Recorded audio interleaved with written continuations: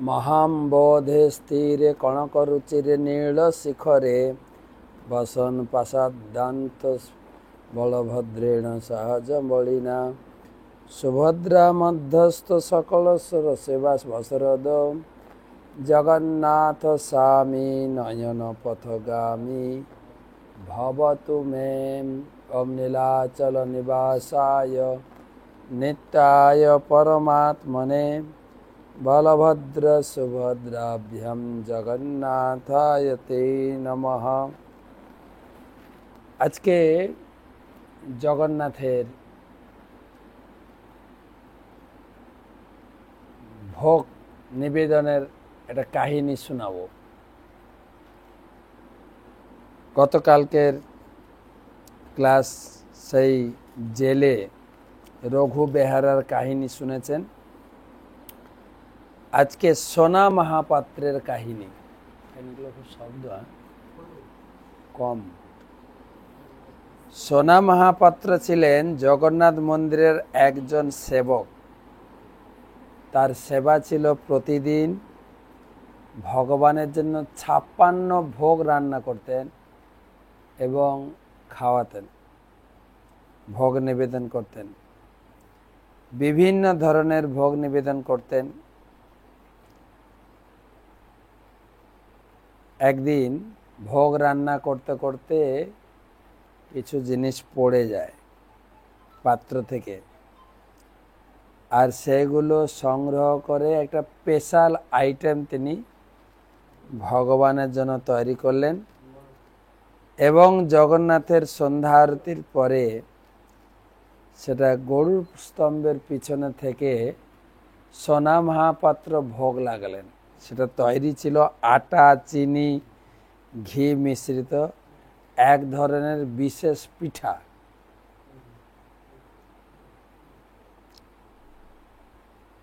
তার ভোগ নিবেদনের পন্থা ছিল, যা তিনি প্রস্তুত করেছেন গরুর স্তম্ভের পিছনে ধরে রেখে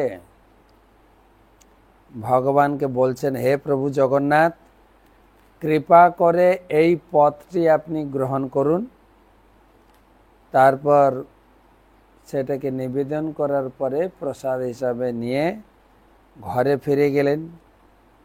প্রতিদিনই এইভাবে একটা স্পেশাল আইটেম নিজে হাতে বানিয়ে নিয়ে এসে তিনি গরু স্তম্ভ পিছনে দাঁড়িয়ে ভোগ নিবেদন করতেন।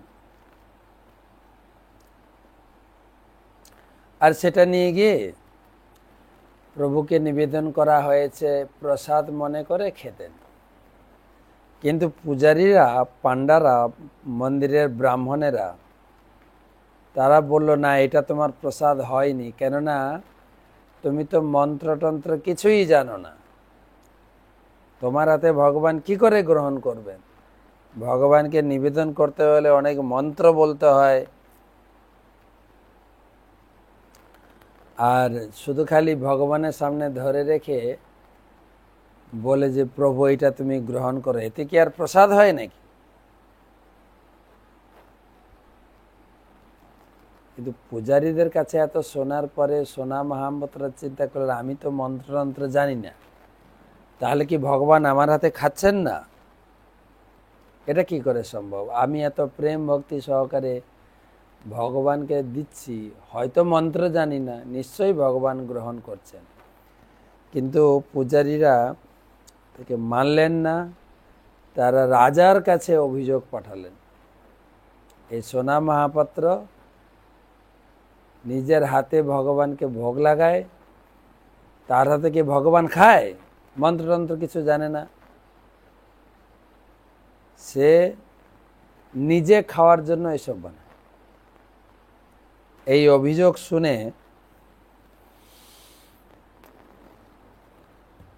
রাজা বিব্রত হলেন এবং তিনি এলেন সোনা মহাপাত্রকে ধরান, নিজে 56 ভোগ বানিয়ে নিজে হাতে নিবেদন করত। পূজারীরা বলল, তার হাতে ভগবান খেতে পারে না। রাজা এসে তাকে বন্দি করেছে। বন্দি করে নিয়ে জেলের ভিতরে পুরে দিয়েছে। সে যখন ভোগ রান্না করছিল সেই সময় রাজা এসে ধরে নিয়ে গেছে। জেলের ভিতর থেকে সোনা মহাপাত্র চিন্তা করছেন, আমার দোষটা কি আমি বুঝলাম না তো, আমাকে যে কেন ধরে জেলে রেখে দেওয়া হলো, আমার অপরাধটা কি? যাই হোক, জগন্নাথের কাছে প্রার্থনা করছেন, হে প্রভু, আমার কোনো দোষ নেই, আমি জানি না এরা কেন আমাকে কারারুদ্ধ করছে, তাতেও আমি দুঃখ নই, কিন্তু মূল দুঃখ হচ্ছে আমি তো আর আপনার জন্য রান্না করতে পারছি না, আপনাকে ভোগ নিবেদন করতে পারছি না, আপনার খাওয়াও হবে না, এইটা মনে করে আমার খুব দুঃখ হচ্ছে। আর খুব কারাগারে রয়েছেন, আর ভগবানকে কিছু নিবেদন করতে পারছি না, ভগবান খাচ্ছে না, আমি কি করে খাবো?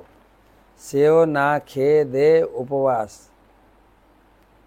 আর ভগবানের কাছে প্রার্থনা করছেন, আমি কিছুই বুঝলাম না কেন আমাকে জেলে রাখা হয়েছে। আমি যে ভোগ লাগাই মন্ত্র জানি না, কিন্তু প্রভু আপনি বলেন, আপনি কি এই ভোগ গ্রহণ করেন না, নাকি যে মন্ত্র বলে সেটাই গ্রহণ করেন? আমি যদি আপনাকে প্রেম ও ভক্তি সহকারে অর্পণ করি, আপনি কি গ্রহণ করেন না? আপনাকে যে ভক্তি, ভালোবাসা, প্রেম দিয়ে নিবেদন করে তারটাই গ্রহণ করেন। এরকম ভগবানের প্রার্থনা করতে করতে সে শুয়ে পড়ল। ভগবান গীতায় যে কথা বলেছেন যে আমি কি করে গ্রহণ করি, ভক্ত যখন আমাকে প্রেম ভক্তি সহকারে আমাকে ভোগ নিবেদন করে, তার হাতে আমি গ্রহণ করি। পত্রং পুষ্পং ফলং তোয়ম যমে ভক্তা প্রযচ্ছতি তদয়ং ভক্ত প্রত স্নামি প্রযতাত্মন। যে ভক্ত প্রেম, ভালোবাসা এবং ভক্তি দিয়ে আমাকে যা নিবেদন করেন, আমি সেটা ভক্তি সহকারে, আনন্দ সহকারে গ্রহণ করি। প্রভুর রাত্রে সোনাম মহাপাত্রের কাছে আবির্ভূত হলেন, তাকে বললেন, তুমি উদ্বিগ্ন হও না, আমি অবশ্যই তোমার নিবেদিত ভোগ আমি গ্রহণ করছি, এবং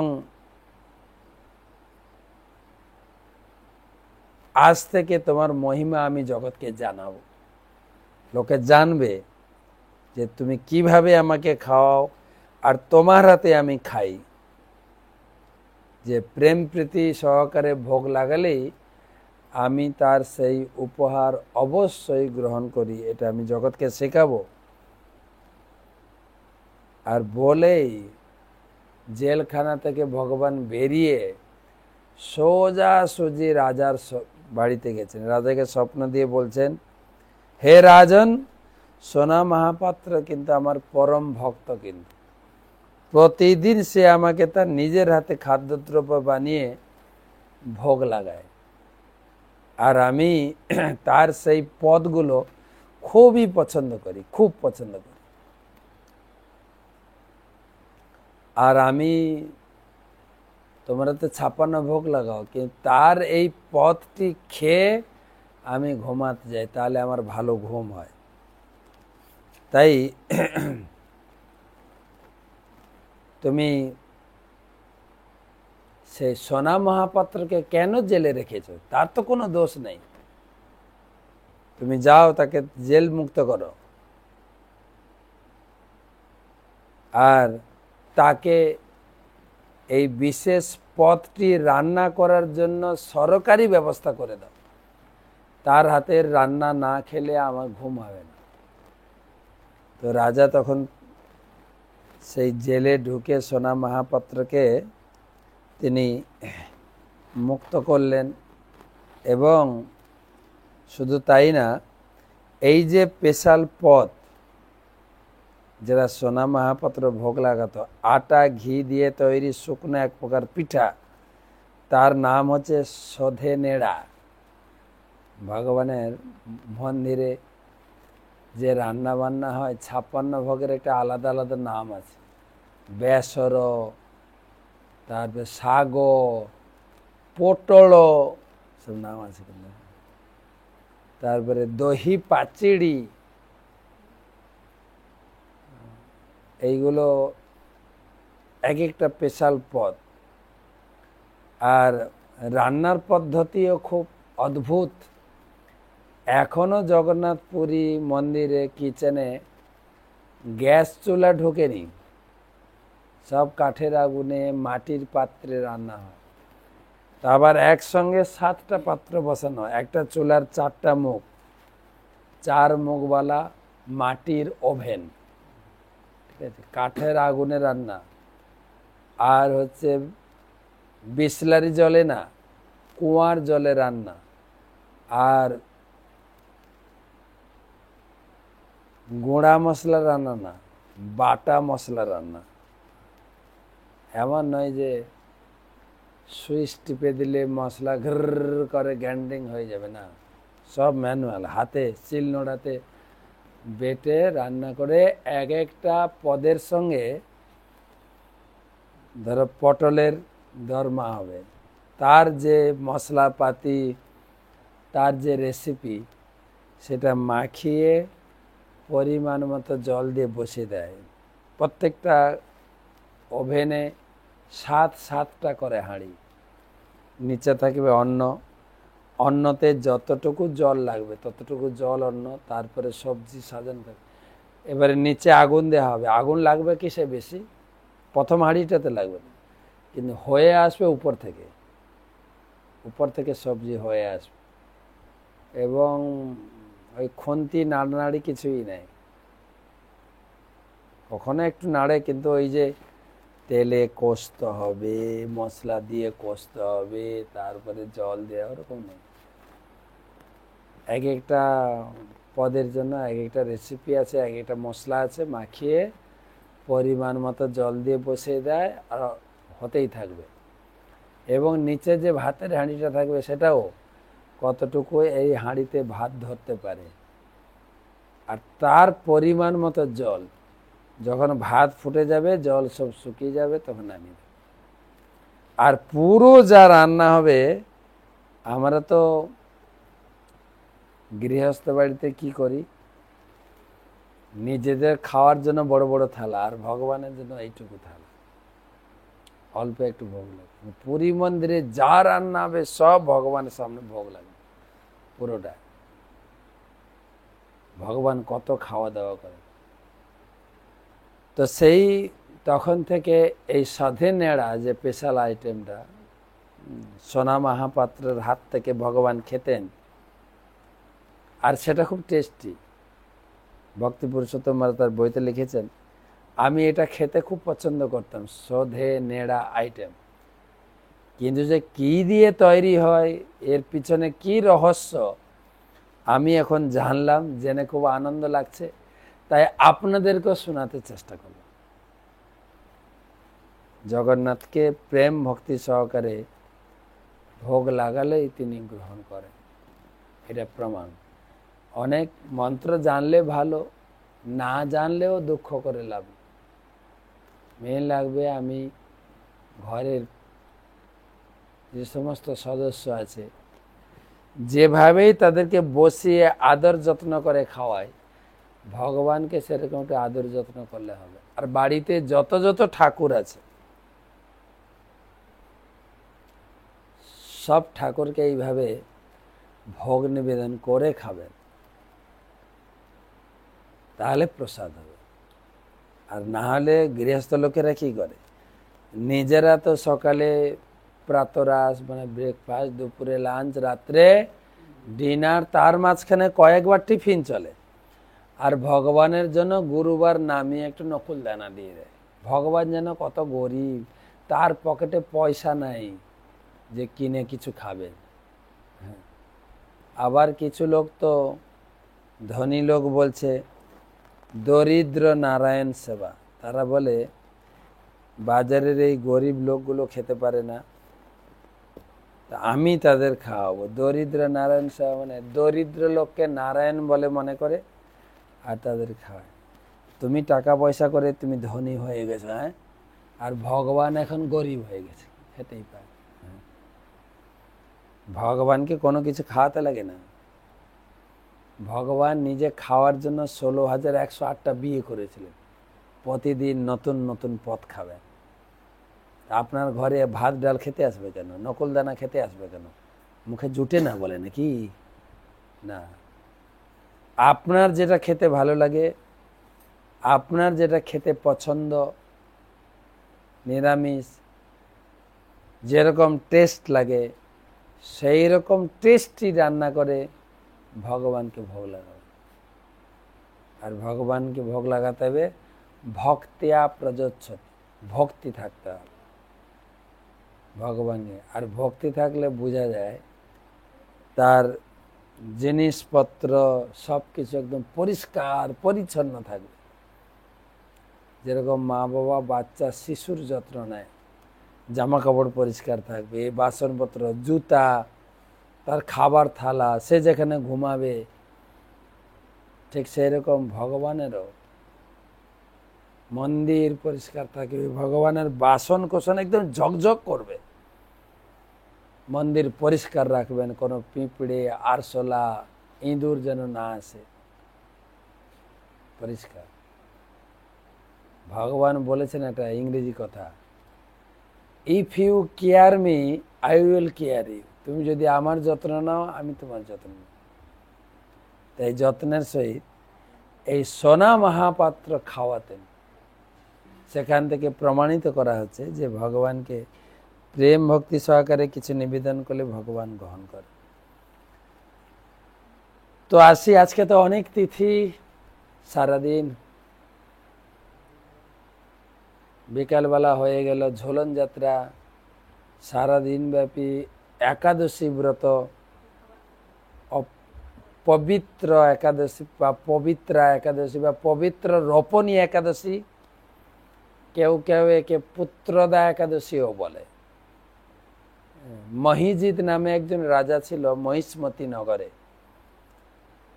অত্যন্ত ধার্মিক রাজা, প্রজাবৎসল, দান ধ্যানে একদম সিদ্ধহস্ত, সবকিছু। এবং প্রজারা তাকে পিতৃতুল্য জ্ঞানে তার সেবা করতেন। তার সব ছিল, কিন্তু পুত্র সন্তান ছিল না। তো তিনি প্রজাদের কাছে দুঃখ প্রকাশ করেছিলেন, ব্রাহ্মণ বৈষ্ণবদের কাছে। আমি এই কাহিনী আপনাদের একাদশী মাহাত্ম্য শুনিয়েছি, সবাই পেয়ে গেছেন একাদশী, পবিত্র একাদশীর মাহাত্ম্য, কালকেই ছেড়েছি, দেখবেন ওখানে। তখন প্রজাদের, বিশেষ করে যারা পণ্ডিত, ব্রাহ্মণ, বৈষ্ণব, তাদেরকে ডেকে জিজ্ঞাসা করছেন, আমার কি, যে আমি কি পাপ করেছি যার ফলে আমার এই অবস্থা, আমি অপুত্র।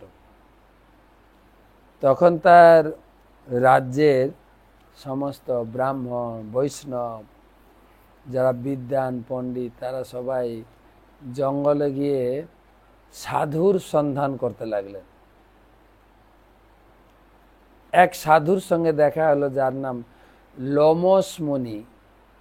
লোমস মুনি মানে অনেক বড় আয়ু তার। ব্রহ্মা তার যখন একদিন হয়, কয়েক কল্প চলে যায়, কয়েক হাজার বছর চলে যায়। কেন, আমাদের হিসাবে ব্রহ্মার আয়ু অনেক বেশি।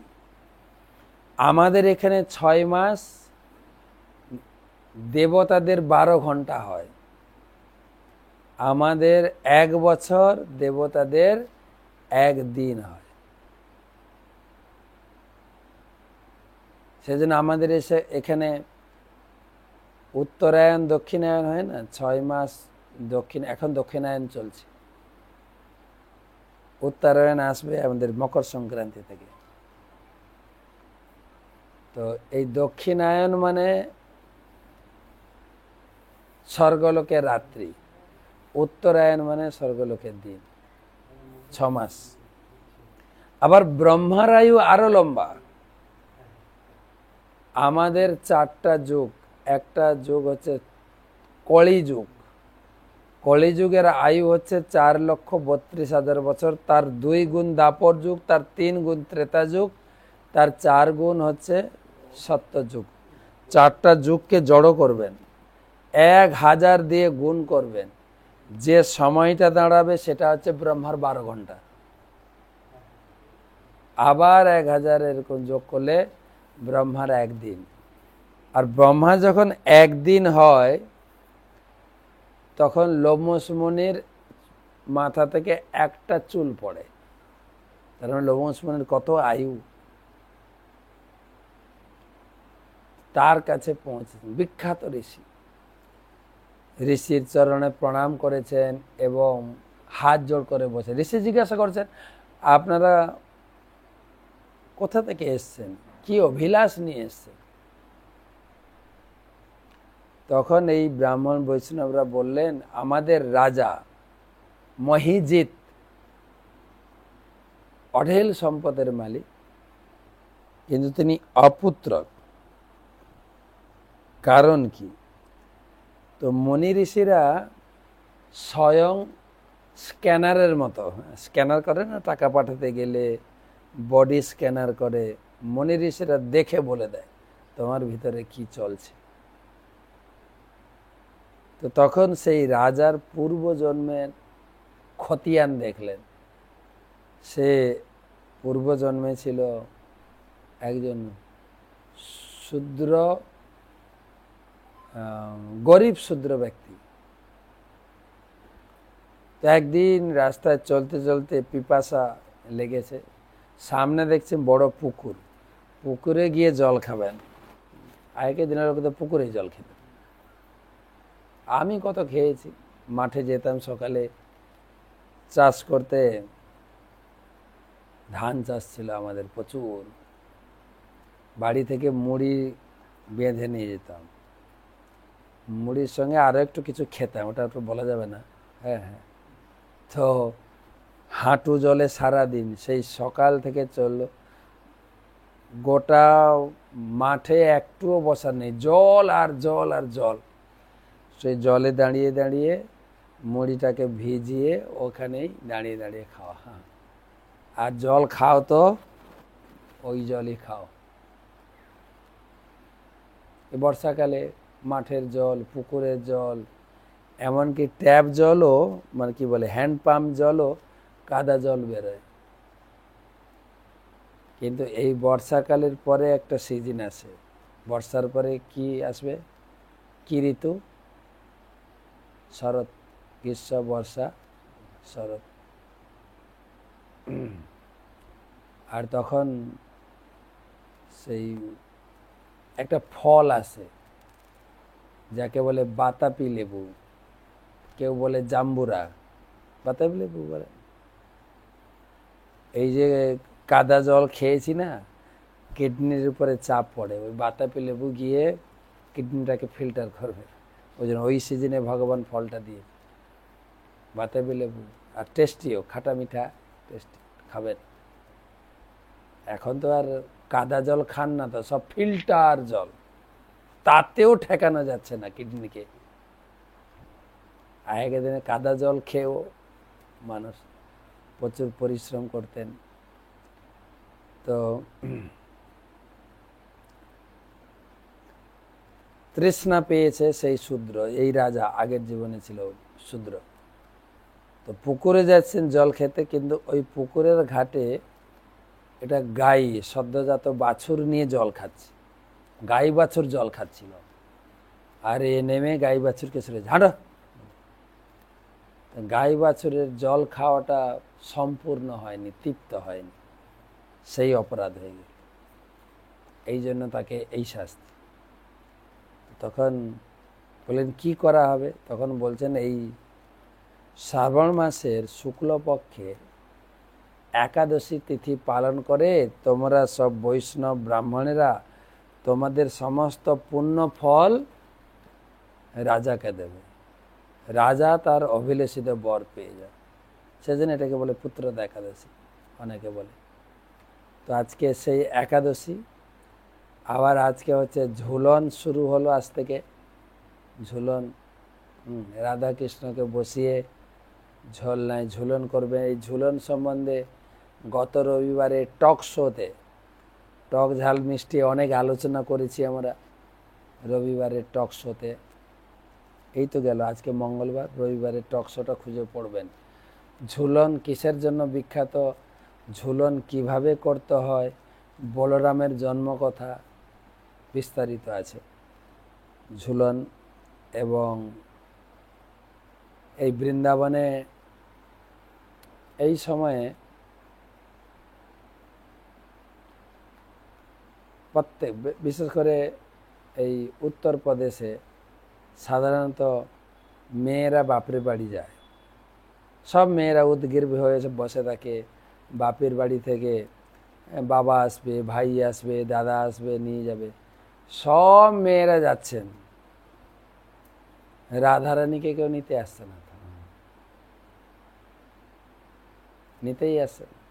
হাঁ করে জানলা দিয়ে সারাদিন তাকিয়ে দেখে রাস্তায় সুদাম আসছে, কি সুদাম আছে, তার ভাই আসে। এখনকার দিনে না হয় তো ফোন করে দেবে, কি রে ভাই নিয়ে যাবি না, তুই চলে আমার সময় নাই।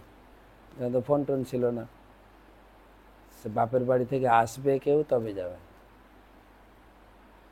3 গুনছে সুদাম এসছে নিতে। বলছে তোর এত দেরি হলো যে, বলছেন দেরি হোক যা হোক, এসছি তো চল। নিয়ে গেছেন। রাধারানী শ্বশুর বাড়িতে ছিলেন, তো শ্বশুর বাড়ি আয়ন ঘোষের বাড়িতে ছিলেন, এসছেন। আর এই সময় কৃষ্ণ এসছেন, ঝুলন হবে। আমরা আলোচনা করছিলাম এক জায়গায় যে আপনি দেখবেন এই সময় মাঠ পুরো ধানে ভর্তি, ধান। আগে তো একটা চাষ হতো, এই বর্ষাকালের চাষ। এখন না হাইব্রিড চাষ এসে গেছে, সারা বছর চাষ হয়। আগে এই বর্ষার জল হবে তবে ধান রোপণ হবে। ধান রোপণ সব হয়ে যাবে, সারা মাঠ একদম সবুজ হয়ে যাবে। আর এই সময় শ্রাবণ মাসের একটা মৃদুমন্দ হাওয়া বইবে, হাওয়া ধান গাছের উপর যখন হাওয়া বইবে, কি দেখতে সুন্দর লাগে ধান গাছগুলো। আর ধানের রোয়ার কাজ হয়ে গেছে, এখন সবাই একটু মুক্ত, এমনি একটু ধান গাছ বাঁচতে লাগে, বাকি মুক্ত। সবাই অপেক্ষা করে এই বলরাম পূর্ণিমাতে, রাখি পূর্ণিমা বলে। যাই হোক, মাঠে ধানে ভর্তি। মাঠে কিছু কিছু বন জঙ্গল থাকে, বন, যেখানে বট গাছ থাকলে বট গাছের ঝুরি নামে, ঝুরি, বুঝলেন না, ঝুরি। দুটো ঝুরিকে জড়ো করে ছেলেরা গিয়ে দোল খায়। আমরা তো কত খেয়েছি। একজন বসবে আর একজন ঠেলবে, আকাশ পর্যন্ত উড়ে যাবে, বাস। তো এগুলো তো কৃষ্ণের মধ্যেই ছিল, আমাদের মধ্যে এসছে। তো সেরকম এই সিজনে ঝুলন হয় ভগবানের, যেখানে 100 কোটি গোপী। 100 কোটি গোপী মানে কত জানেন? যে ভারতে কত লোক আছে? 1,40,00,000 লোক, মানে 100 কোটি গোপী কৃষ্ণের সঙ্গে ছিল শুধু বৃন্দাবনে। আপনি বলবেন এগুলো সব আজগুবি কথা। আবার শোনা গেছে নাকি কৃষ্ণের বাড়িতে 9 লাখ গাই ছিল। কত বড় এরিয়া লাগবে 9 লাখ গাই রাখতে। আমরা ছোটবেলায় ঠকাতো লোকেরা, 1 হাত বাছুরের যদি 4টে পা হয়, 4 হাত গাইয়ের কয়টা পা হবে? এগুলো ঠকাতো লোক। তো গাইদের কত জায়গা লাগবে? তারপর 9 লাখ গাই মানে কত বাছুর ছিল, ষাঁড় ছিল, বলদ ছিল। সেই বৃন্দাবন, হ্যাঁ, বিশাল এরিয়া, 84 ক্রোশ বৃন্দাবন। তো 100 কোটি গোপী তারা জড়ো হয়েছে কোথায়? ঝুলনটা কোথায় হচ্ছিল? গানে বলা হয়েছে, কালিন্দির কুলে কেলি কদম্বের বন, রতন বেদিরায়ুপন বসাব দুজন। কালিন্দী যমুনা, কালিন্দী মানে যমুনা, যমুনার তীরে কদম বাগানে সব গোপীরা এসছেন। তারা ঝোলনা তৈরি করেছে। কিসের ঝোলনা? কাঠের না, দড়িরও না, সুতোরও না। কিসের? রত্নবেদী। বাজার থেকে রত্ন কিনে সুন্দর। আর তারা রত্ন কিনতেন না, রত্নের চাষ করতো তারা। এরও কাহিনী আছে, মুক্তা চাষ, রত্ন চাষ। এবারে গোপীরা দোলাচ্ছেন। আর দোলনাতে কে বসে আছেন? দোলনাতে গোপাল নেই, কিন্তু দোলনাতে আছেন রাধা গোবিন্দ। শ্যাম গৌরী অঙ্গে দিব চন্দনের গন্ধ। শ্যাম আর গৌরী, গৌরী মানে রাধারানী। বাড়িতে বাড়িতে আপনারা করছেন কিনা, কেন আমরা তো টক শোতে বলেছি, বাড়িতে আপনার রাধা গোবিন্দের মূর্তি না থাকতে পারে, রাধা গোবিন্দের ফটো আছে তো, দোলনা বানিয়ে দোলাবেন, ভগবানের লীলা। তো সেই ঝুলন উৎসব প্রত্যেকটি ইস্কন মন্দিরে বড় উৎসব। মায়াপুরে তো হাজার হাজার লোকের ভিড়, পা ফেলার জায়গা নেই, এবং প্রায় 4-5 ঘন্টা লাইন দিতে হবে ঝুলনটাকে ঝোলানোর জন্য, এত ভিড়। কেননা শাস্ত্রে বলা হয়েছে 3টা জিনিস ভগবান ছাড় দিয়েছেন, যে ঝুলনে রাধা গোবিন্দকে দর্শন করতে করতে ঝুলাবেন, নৌকাতে রাধা গোবিন্দকে দর্শন করবেন, আর রথের উপরে জগন্নাথকে দর্শন করবেন। এই যে কত পুণ্য! ভগবান বলছেন পুনর্জন্ম ন বিদ্যতে, আপনি আপনার মৃত্যুর শেষে ভগবানের চরণে পৌঁছে যাবেন। সেই জন্য এই উৎসব দেখার জন্য, এই উৎসবে ভাগ নেওয়ার জন্য লোকের ভিড় সব মন্দিরে, ইস্কন মন্দিরে। তো আমি আজকে মেদিনীপুরে রয়েছি, মেদিনীপুর শহর। গতকালকে আমরা বর্ধমানে ছিলাম, মেদিনীপুর শহর অনেক দূর। আবার মেদিনীপুর শহর থেকে কালকে চলে যাব শান্তিনিকেতন, বীরভূম। সেখানে কলেজে একটা অনুষ্ঠান রয়েছে শিক্ষক এবং ছাত্রদের মধ্যে, এবং একজন ভদ্রমহিলা, তিনি ভাগীরথী মাতাজি, ছাত্রছাত্রীদের উদ্দেশ্যে 1000 গীতা দান করছেন। গীতার উপরে আলোচনা রয়েছে। আবার মেদিনীপুরে ফিরে আসবো, দেখা হবে আপনাদের সঙ্গে। হ্যাঁ, হলদিয়া, নন্দকুমার, তারপরে তমলুক, কয়েকটা জায়গা আছে। তো ঝুলন করবেন বাড়িতে। একাদশী ব্রত থেকে শুরু হলো আজকে ঝুলন। তো প্রতিদিনের নিয়ম অনুযায়ী একটু ভাগবত পড়ি। নমঃ বিষ্ণুপাদায় কৃষ্ণ প্রেষ্টায় ভূতলে শ্রীমতে ভক্তি বেদান্ত স্বামিনিতি নামিনে নমস্তে সারস্বতে দেবে গৌরবাণী প্রচারিণে নির্বিশেষ শূন্যবাদী পাশ্চাত্য দেশতারিণে নমঃ বিষ্ণুপাদায় কৃষ্ণ প্রেষ্টায় ভূতলে শ্রীমতে জয় পতাকা স্বামিনিতি নামিনে নমাচার্য পাদায় নিতাই কৃপা প্রদায়িনে গৌরকথা ধামদায় নগর গ্রাম তারিণে। জয় শ্রী কৃষ্ণ চৈতন্য প্রভু নিত্যানন্দ শ্রী অদ্বৈত গদাধর শ্রীবাসাদি শ্রী গৌর ভক্তবৃন্দ। হরে কৃষ্ণ কৃষ্ণ কৃষ্ণ হরে হরে, হরে রাম রাম রাম হরে হরে।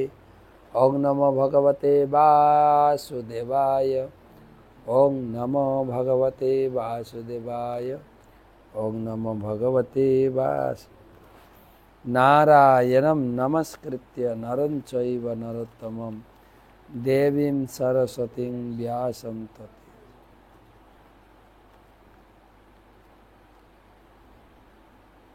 শ্রীমদ্ ভাগবতম মহাপুরাণ পঞ্চম স্কন্ধ 17 অধ্যায় সপ্তদশ অধ্যায় চতুর্দশ শ্লোক থেকে আলোচনা। নভস্বপি বর্ষেষু ভগবান নারায়ণ মহাপুরুষ পুরুষাণাম তদনুগ্রহায় আত্মন তত্ত্ববুহেনাত্ম নাদ্যপি সন্নিধীয়তে। এই শ্লোকের অনুবাদ: ভগবান শ্রী নারায়ণ তার ভক্তদের কৃপা করার জন্য বাসুদেব, শঙ্কর্ষণ, পদ্মুম্ন এবং অনিরুদ্ধ এই চতুর্ভুহ রূপে 9টি বর্ষের প্রতিটি বর্ষে বিদ্যমান। এইভাবে তিনি তার ভক্তদের সেবা গ্রহণ করার জন্য তাদের নিকটে থাকেন। ভগবান সবার নিকটেই আছেন। যেরকম আমার কি সমস্যা অসুবিধা জানানোর জন্য পার্টি অফিস থাকে, দেখবেন কোন পার্টি অফিস কত সুবিধা দিতে পারে, তাকেই লোকে ভোট দেবে। ভগবানও এক একটা অফিস খুলে বসে আছে, কিন্তু পার্টি অফিসের লোকেরা অফিসে থাকে না, তালা বন্ধ করে পালায় যখন ঝামেলা হয়, দেখবে।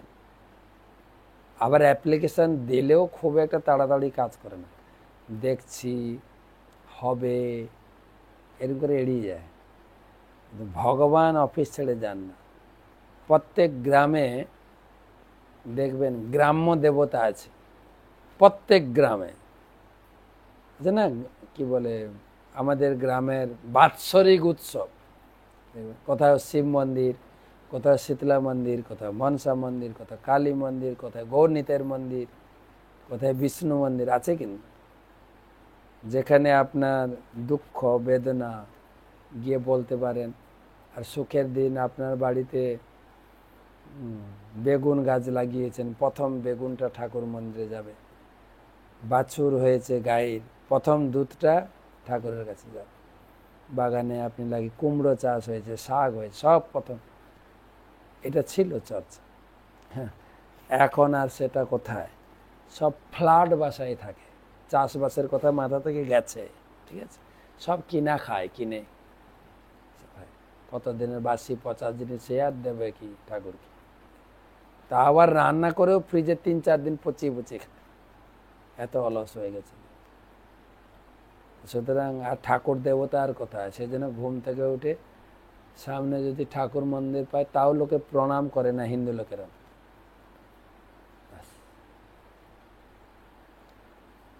এত তাজ্জব হিন্দু, ঠাকুরকেও প্রণাম করে। অন্যান্য সম্প্রদায় আছে হাত জোড় করে কান ক্ষত দিয়ে প্রণাম করে, হিন্দুরা তো গ্রাম্য দেবতা আছে, রয়েছেন সেই গ্রামের সুবিধা অসুবিধা দেখার জন্য। কার কি সমস্যা, আমার এই দুঃখ, সব এসে বলবেন, ঠাকুর শুনবেন, শুধু করবেন তো পরে, শুধু শুনবেন। দাঁড়িয়ে আছেন শোনার জন্য, দিন রাত একই জায়গায়। আপনি ঘর বাড়ি চেঞ্জ করে এখানে ওখানে পালিয়ে যাচ্ছেন, ঠিক টাইম মতো মন্দির খুলবে। যার যার দুঃখ বেদনা সমস্যা আছে বলো, আমি শুনবো।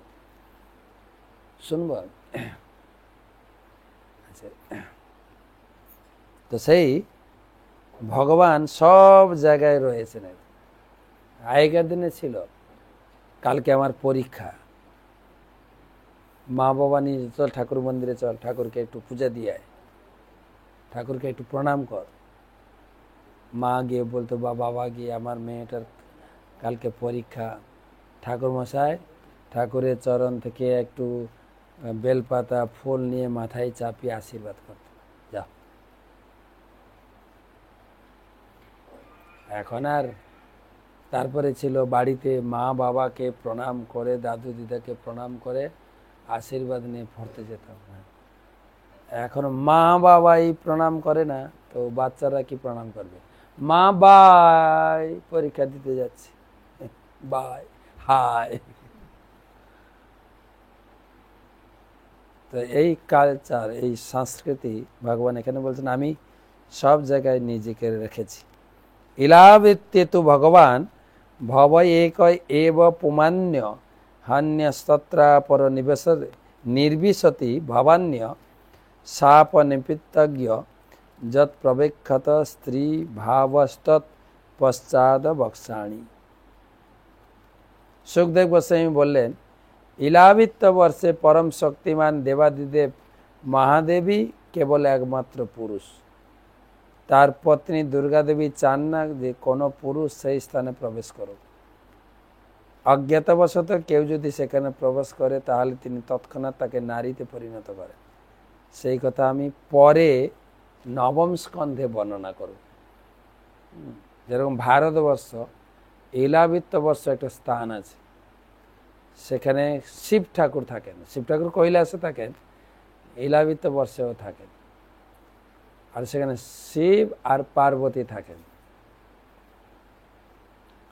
আর পার্বতী মনে করে আমি কেবল আমার স্বামী পুরুষ, আর কোনো পুরুষ যেন এখানে না আসে। সেটা এরিয়া ভাগ করা আছে। আর কোনো যদি হঠাৎ করে কেউ পুরুষ ওখানে ঢুকে পড়ে, সঙ্গে সঙ্গে মেয়ে হয়ে যাবে। ওখানে একমাত্র পুরুষ শিব। তার কাহিনী নবম স্কন্ধে পাবো, খুব অপূর্ব কাহিনী।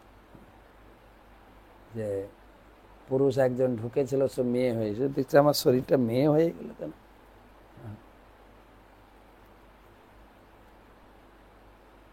তা সেই সমস্ত কাহিনী। আরেকটা শ্লোক, ভবানী নাথই স্ত্রী গর্বাদ বুধ সহস্রৈর বরুদ্ধাম্ন ভগবত চতুর্মুহূর্তে মহাপুরুষস্য তুরিয়াম তামসিং মূর্তিং প্রকৃতিমাত্মন সংকর্ষণ সঙ্গমাত্ম সমাধি রূপেণ সন্নিধাপৈ তদভিগৃণন ভব উপধাবতী।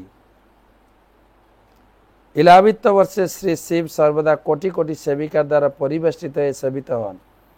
বাসুদেব, পদ্মম্ন, অনিরুদ্ধ, সংকর্ষণ ভগবানের এই চতুর্ভুজ মূর্তির সংকর্ষণ নিঃসন্দেহে শুদ্ধ চিন্ময়। কিন্তু এই জড় জগতে এই ধ্বংসাত্মক কার্য তামসিক বলে তামসে অভিহিত হয়। কিন্তু ভগবান শিব জানেন সংকর্ষণ হচ্ছেন তার অংশী মূল কারণ। তাই তিনি সর্বদা সমাধি যোগে নিম্নলিখিত মন্ত্র উচ্চারণ করে ধ্যান করেন। এখানে ভাগবতে বলা হয়েছে শিব ঠাকুরও ভগবানের ভক্ত। এক এক দেবতা এক এক ভগবানের রূপের ভক্ত। যেরকম গণেশ নরসিংহদেবের ভক্ত। নরসিংহদেবের চরণ তার মাথায় ছাপ আছে।